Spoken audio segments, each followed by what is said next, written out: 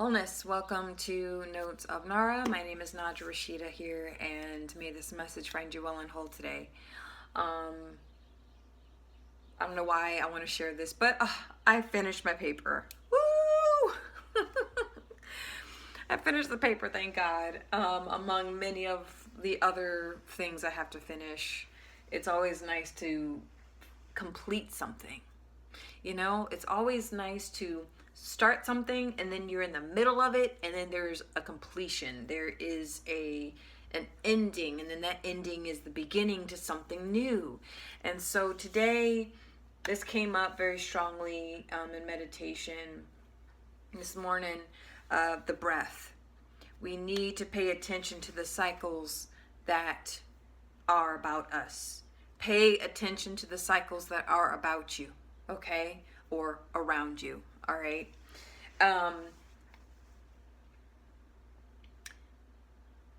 What do I mean by this?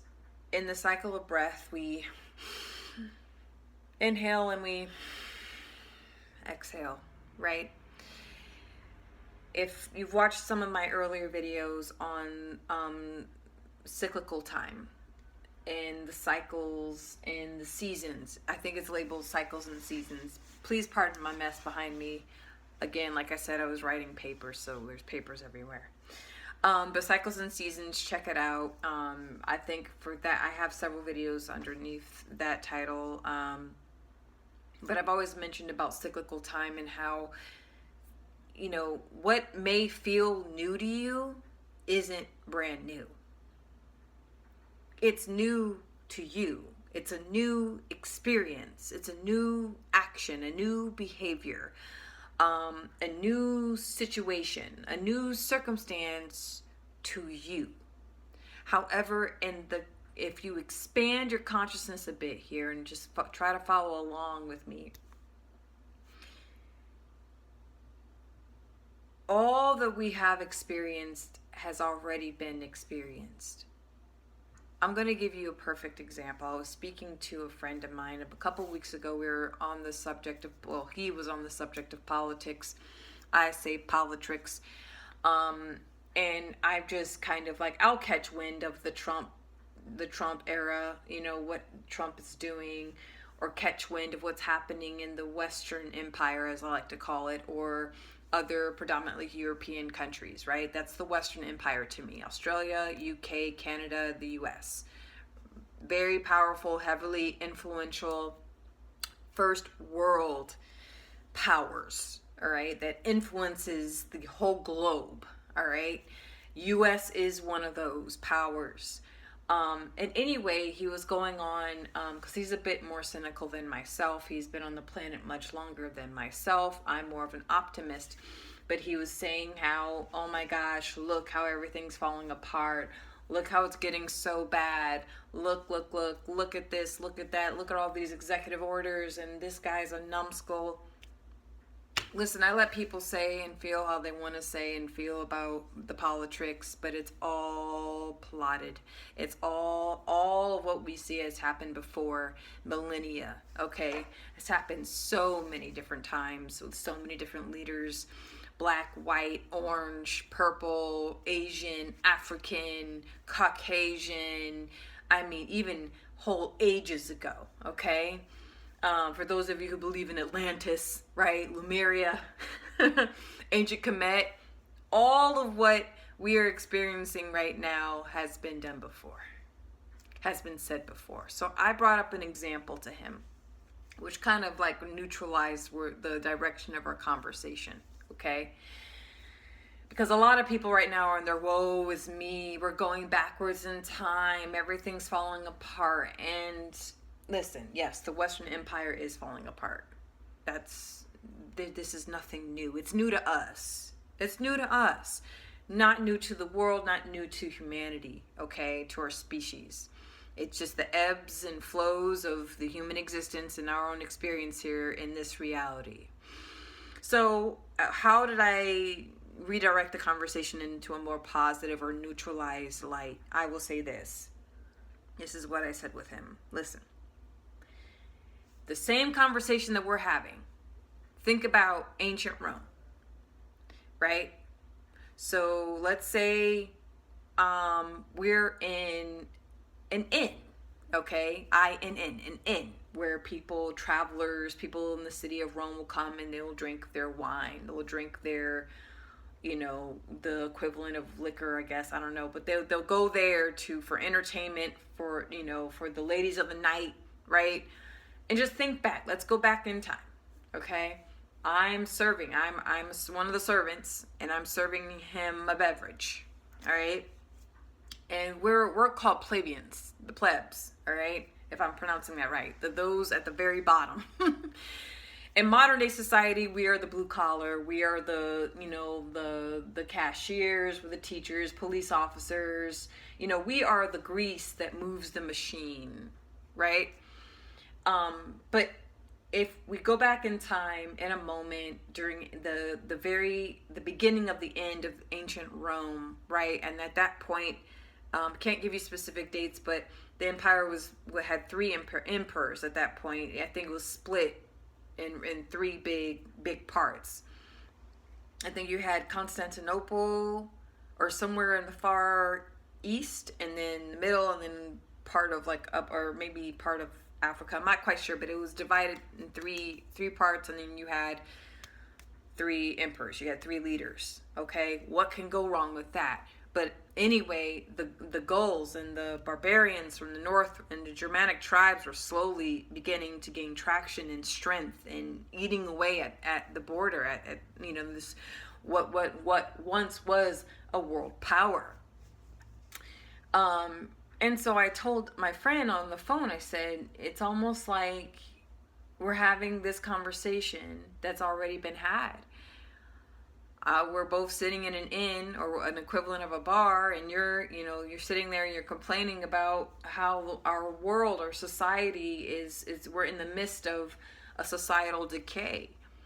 I said, all that we see now has already been. Imagine what the ancient Romans, the plebeians, the people, the everyday people were having the same damn discussion about, oh, woe is me, whoever was in power. They're complaining about the military and misuse of funds and things being shut down and things not, being or working at optimal speed. And, we're slowly being, conquered over here and conquered over there, and things are just going to crap. All of what we see, it's all part of a cyclical pattern. The beginning, middle, end, beginning, middle, end, the end, beginning, the middle, the end, the beginning, the middle. It's all simultaneously happening all at the same damn time. We think we know what anything's about. We think we understand the true nature of time. We're so arrogant. I feel like as pro-human as I am, and optimistic about optimistic about the future of humanity, I will say we are arrogant, ignorant, and primitive. We want to send people off to Mars, but we can't find a technology that can purify putrid, compromised water. We can't figure out how to deal with coastal sea levels increasing. We can't figure out how to, implement the best healthcare systems that can improve the overall well-being of a human life. But we want to create a virtual reality goggles to get further away from ourselves because of how miserable reality can be. Right? So I said this in the conversation of, hey, this is part of it. And I see the societal decay. Look at your children. Look at your children. If you don't have kids, you never popped out kids, look at the kids in your family. Look at the children in the neighborhood. You're out and about. Observe. People watch. Right in front of you. It's very obvious, without me having to get into the cultural examples of what it looks like. So, oh no, what does one do? Societal decay. It's, you can allow, again, life to define your life. You can allow that. You can be a character in someone else's story. And then you're on your deathbed and you're like, woulda, shoulda, coulda, woulda, shoulda, coulda, woulda, Or you can define your reality that can make sense to you. Doesn't have to make sense. Your life doesn't have to make sense to anybody else. But you must understand that there's a cyclical pattern here. Everything that ever was or will be, has been, and will be. And our best option is to be as present as we possibly can through it all.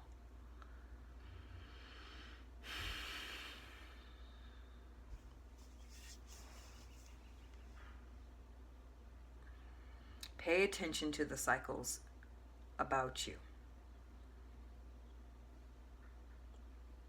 Pay attention. Things repeat, rinse, wash, repeat, rinse, wash, repeat. I mentioned before how sometimes it's really effed up, this thing that happens in life where you'll leave a toxic situation and then you're like, oh my gosh, thank God I learned that lesson. And then you find somehow your ass is right in a whole nother toxic situation and you're just like, how can this be? How can this be? Well, because it's a whole new lesson that you have to learn. If you find that you're in the exact same lesson, you didn't pass, something you forgot, you need to shift something. You need to shift your paradigm or your belief system or your perception. Because we'll leave a situation thinking that we've got it. Okay, fine, I'll never let that happen again. And then boom. Everything is cyclical, not linear. To me, an end is a beginning. A beginning is an end of something. The end is the beginning of something. It's constantly in flow. Like I mentioned before in one of my videos, it's like you have to be in flow to know, to grow. You can be stagnant and stiff and square and blocked and and you become the opposition of flow. Please tell me how that goes for you, because it hasn't gone well for me. Anytime you find yourself fighting against something because you want to hold on to something so dearly, it's going to be tough. It's going to be tough.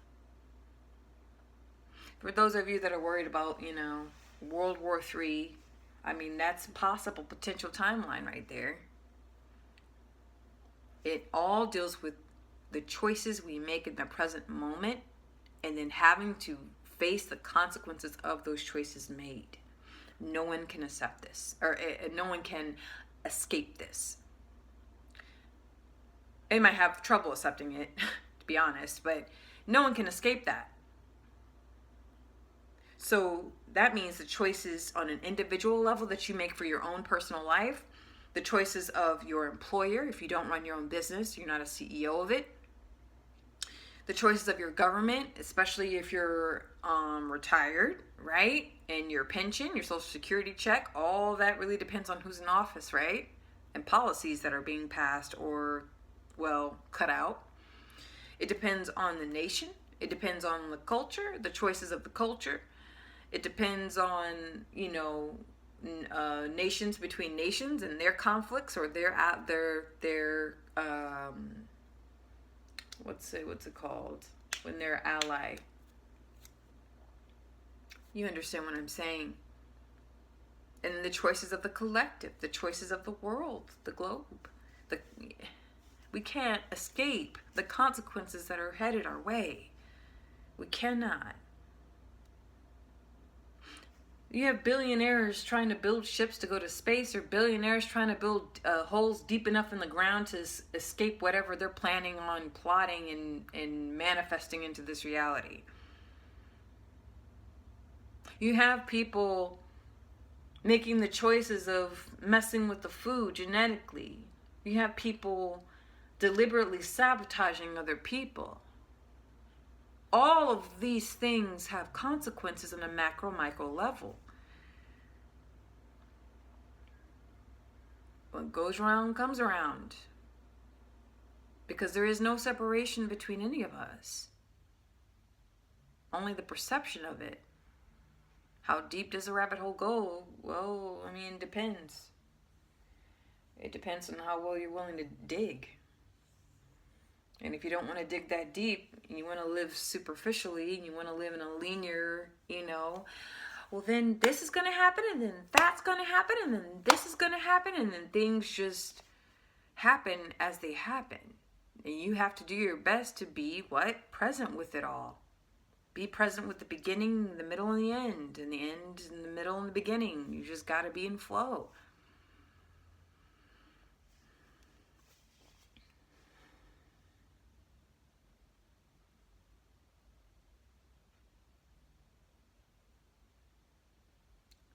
There was this Netflix, I don't know if it was Netflix. I think I had access to it. Maybe years ago. I was dating somebody with a TV. I will never own a TV.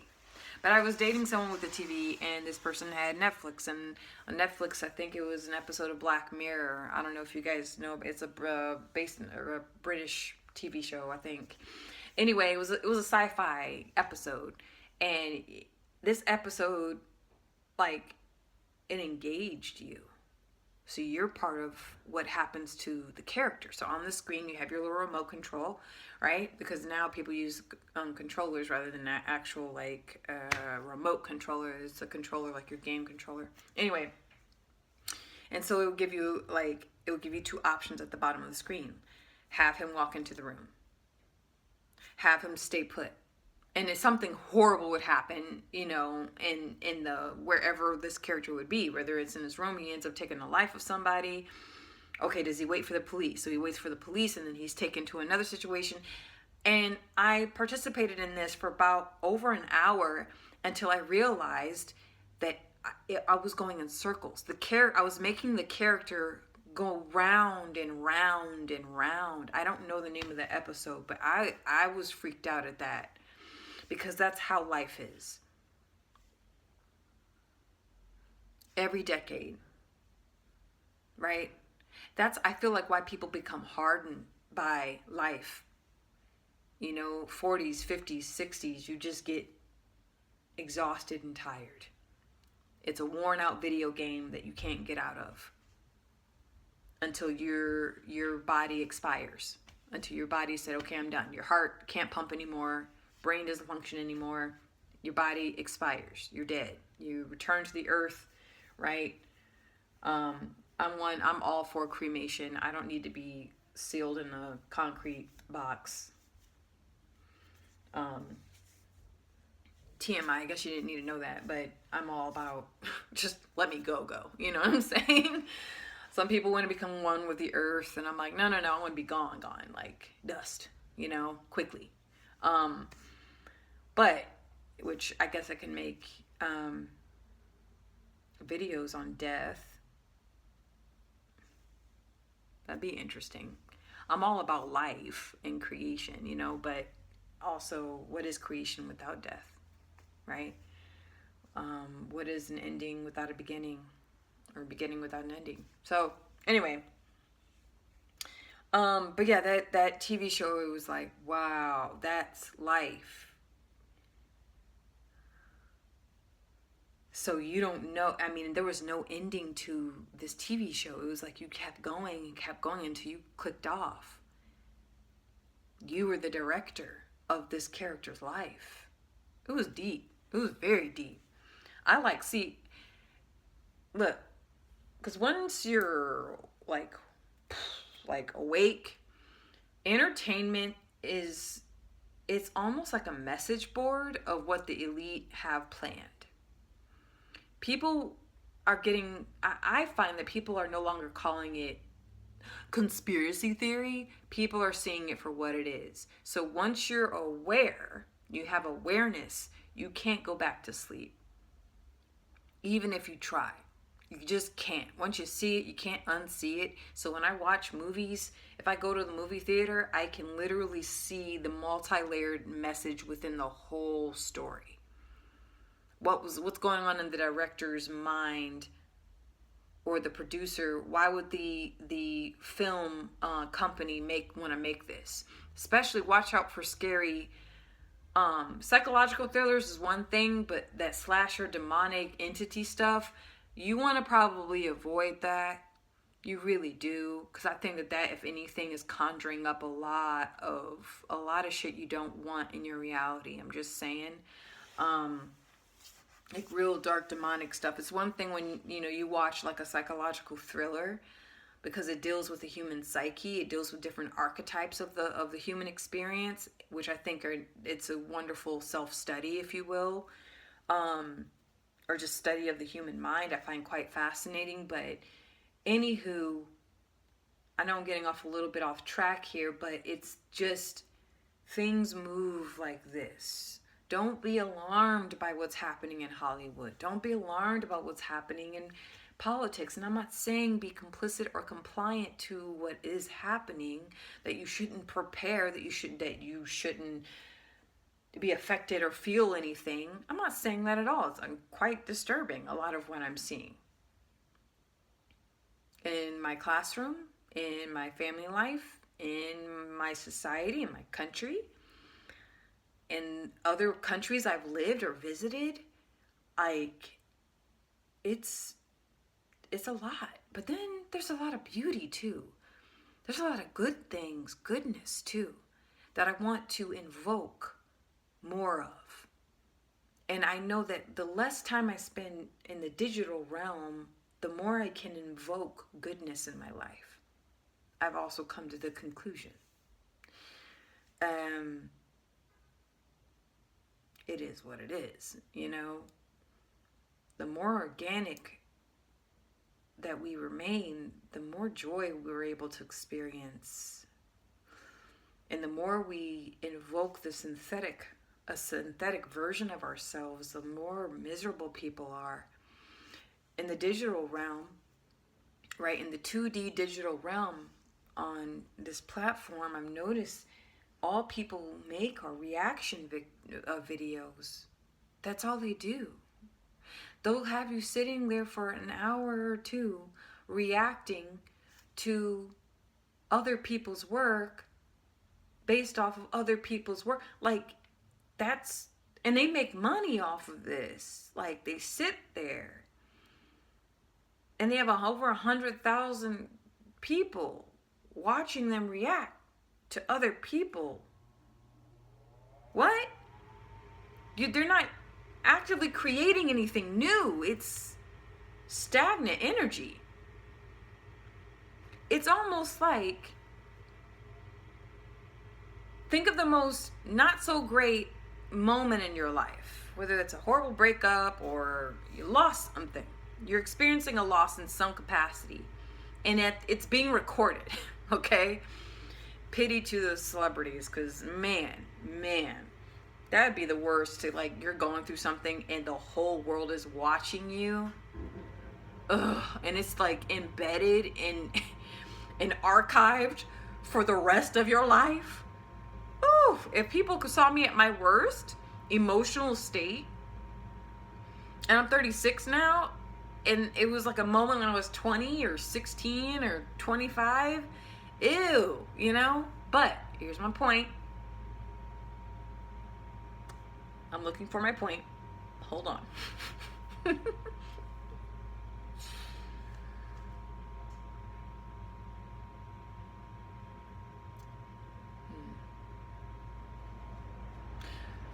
Think about it.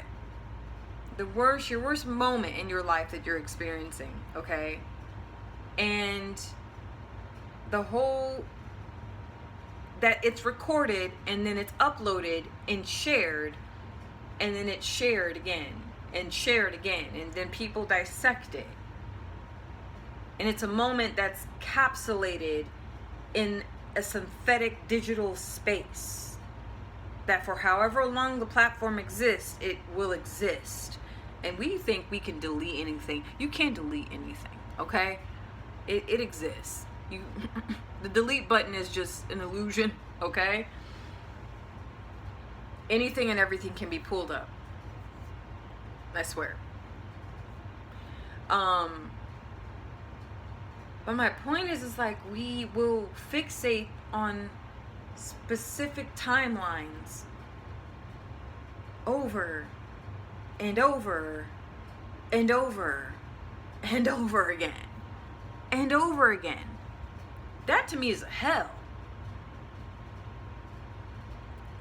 It's a hell. And in some capacity, we all are part of it. We all do it. Whether we are part of the digital realm or not. There are some people that either will still use a flip phone or they have a landline, okay? They don't have Wi-Fi. But we're still part of this cycle, this cyclical pattern. It's almost like a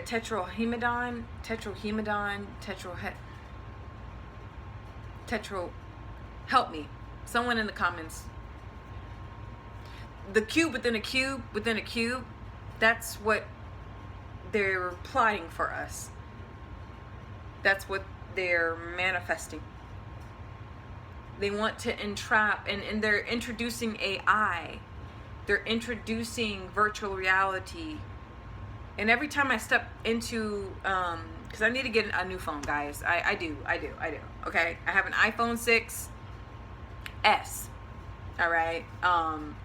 She's barely, like, it's barely hanging on its last leg. Okay, so my portable, I guess, well, I'll say digital portal is kind of glitching out, and that's fine. It's time. But every time I step into an Apple store, they are always so hyped about, like, ooh, look at our gadgets, look at this. And I saw a clip of the virtual reality, and it was so, it was like the scene was, everyone was celebrating your birthday, and you could literally blow out the candles. It was so real.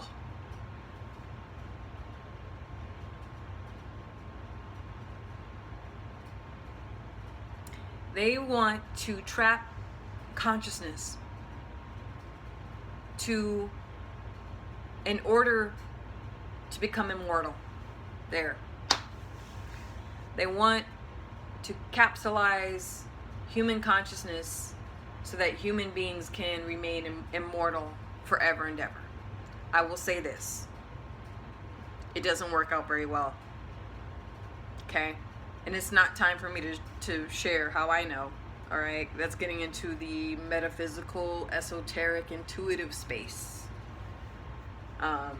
That most people are aware of. Other people think it's too woo-woo, whatever. But I've had some personal experiences on my path that's why AI is being pushed so heavily, because they want that human and artificial intelligence connection, and people are getting freaked out by it. It's weird. It's very weird. So let's get back on track with the cycles. Pay attention to the cycles about you.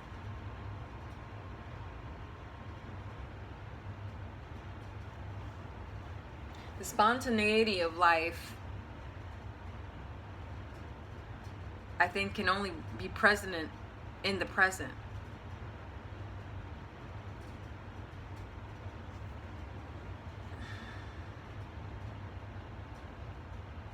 And what is new to us is old in a different space.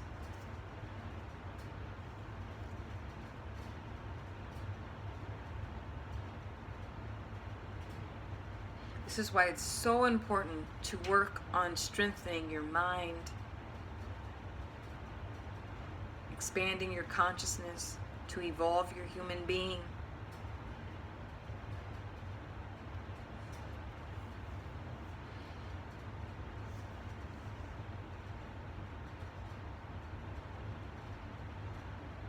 I don't know what else to say on the matter.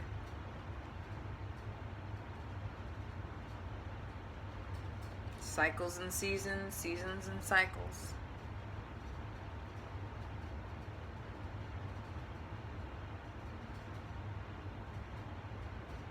It's so obvious to see. I clash with my dad a lot because we have opposing views because we just do. It got to a point in my own personal growth as a woman and human being where it's like, okay, I have my own thoughts and beliefs, you know? But I'll say that, like, once you can see it, you can't unsee it. And at the same time, I put blame on no one. Do not blame others. Don't blame others for your problems. That is so annoying to me. It's so disempowering too. So disempowering. It's so limiting. Gives so much of your power away.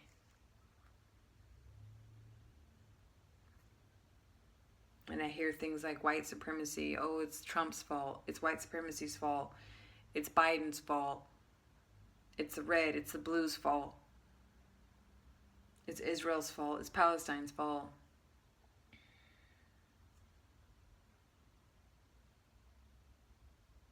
It's the parents' fault. It's the kids' fault. It's the poor's fault. It's the wealthy's fault. It's the elite's fault. Like, when does it ever stop? God, that to me is dehumanizing. What makes us human is the capacity to take accountability for ourselves. And when an accountable person, someone who takes accountability for themselves, meets another person who takes themselves accountable or takes accountability for themselves, magic happens. When you have one individual who avoids any responsibility, meet another person who avoids any responsibility, they get together and they blame other people, you have destruction. No, it can never be me. It can never be us. It's got to be the other. That's illusion of separation. Thus, the cycles keep going round and round and round, and we go. Just merry-go-round doesn't stop. But maybe that's the very thing, this disassemblement of things just falling apart so much into so many billions and trillions of parts of itself that it just melts and becomes one sea again. It becomes part of it all. You know, something that's so fragmented. If you think about splitting atoms, you know, splitting the electrons and protons and all to the smallest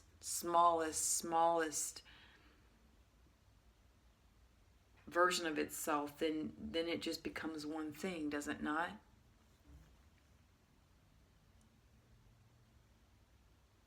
Maybe that's what we need. We need destruction to become whole, to realize that we are whole. Because unifying is very difficult in this place. Unifying is very, very difficult. Becoming one, consciously, these are my beliefs. Those are your beliefs. You don't believe in my God, I'm going to kill you. You don't believe in my gender identity, I'm going to kill you. You don't believe in my political ideologies, I want to kill you, I want to destroy you. And not physically kill or destroy, but, kill the spirit. Block them in some way. Keep them from growing. So maybe it is the only way is destruction. Just like the empire, right? Or Roman Empire. Empires only last for so long, last for so many centuries, or if they got it real good, millennia. But there's always an ending. And I feel intuitively, anyway, in the history that I've studied, we're at the beginning of the end. You have a growing division, nationalism with globalization. the Western Empire is facing this right now. Like a cycle. Like all that colonization. Okay? For centuries. In Asia, Africa, South America. It's starting to come right around and bite Europe in the ass. It is what it is. And whoever's in power, you know, with the borders wide open and stuff like that, there's a reason why they're doing that, and that's to introduce globalization, to have one world government.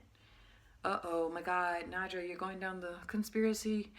It's not a conspiracy. It's right in your face. It's right in your face. What do you, like, come on now. Come on, it's not a conspiracy. Come on. And then you have nationalists, or nationalism, and which is going to make a lot of people seem racist and segregationists, all because most of them want to keep that old way of thinking and that old way of being. But on a grander scale, beyond the globalization and social or in the nationalism, you have human consciousness that's ready to evolve and to expand. And so you have in the modern day societal issues with globalization and nationalism, right? Your national identity. I am American, I am black, or I am white, and I am European, and I am. You know, the over-identification of the roles that we play in this reality, you know? And I'm not saying what's wrong or right. There's pros and cons to both. There's beauty in nationalism, and then there's complete corruption. Globalization, wonderful idea, but there's corruption, right? And then you have the human evolution, the consciousness, and the direction of where we're headed. It could be a peaceful one or a bloody one. Psych 101. Usually there's a lot of violence, human ego's too strong. Egotism is not just on an individual level. You have egotism in a race. You have an egotism in a community. You have egotism in your state, your country, your region. You have egotism in sections of the world. Then you have the collective ego. And we all get a little butthurt. We do. There's no way around that. We do. On a micro, macro level, Interesting times indeed. Just know that what's happening has happened before, and what will happen has happened before. And it may be new, brand spanking new to us. But it's not.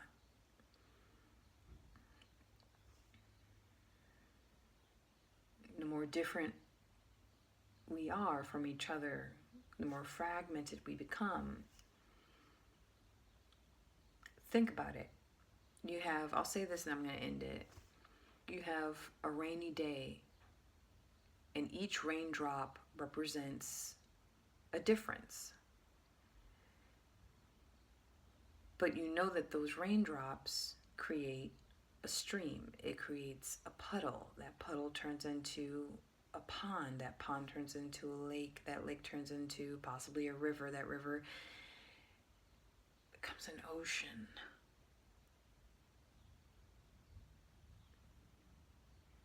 So no matter how divisive we get in this cycle,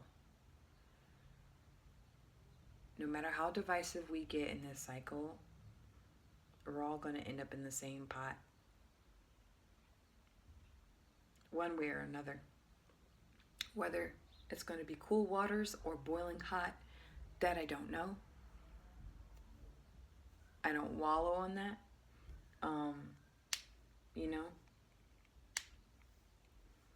Interesting times indeed. Please pay attention to the role you're playing in the cycle that's playing around you. Take care.